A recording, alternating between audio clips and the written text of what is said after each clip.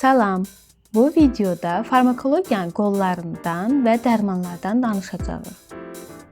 Farmakologiya dərmanların insan və ya canlı orqanizmə necə təsir etdiyini öyrənən elmdir. Başqa sözlə desək, bu elm dərmanların necə işlədiyini, orqanizmdə nə baş verdiyini və onların müalicədə necə istifadə olunduğunu araşdırır. Farmakologiya çox geniş bir sahədir və buna görə də bir neçə əsas qola bölünür. Farmakologiyanın ən vacib qollarından biri farmakodinamikadır.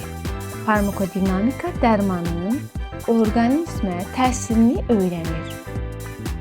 Yəni, dərman qəbul edildikdən sonra bədəndə hansı dəyişikliklərin baş verdiyini araşdırır. Məsələn, bir dərman ağrını necə azaldır, temperaturu necə salır və ya qan təzyiqinə necə təsir edir, bunların hamısını farmakodinamika öyrənir. İkinci mühüm qol farmakokinetikadır. Farmakokinetika dərmanın orqanizmdə keçdiyi yolu öyrənir.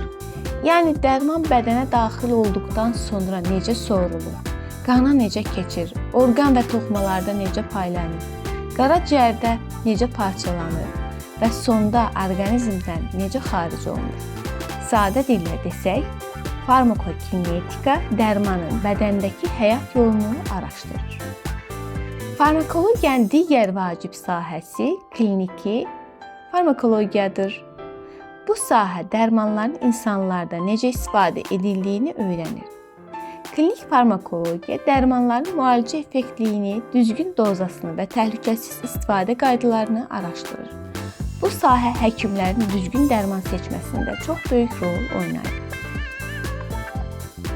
Digər bir sahə isə toksikologiyadır. Toksikologiya dərmanların və müxtəlif kimyəvi maddələrin zəhərli təsirlərini öyrənir. Yəni, hansı maddə, hansı dozada zəhərli ola bilər və bu zaman orqanizmdə nə baş verir və s. Beləliklə, farmakologiya müxtəlif qollar vasitəsilə dərmanların təsirini, orqanizmdə hərəkətini, müalicədə istifadəsini və təhlükəsizliyini öyrənən çox vacib və geniş bir elmdir.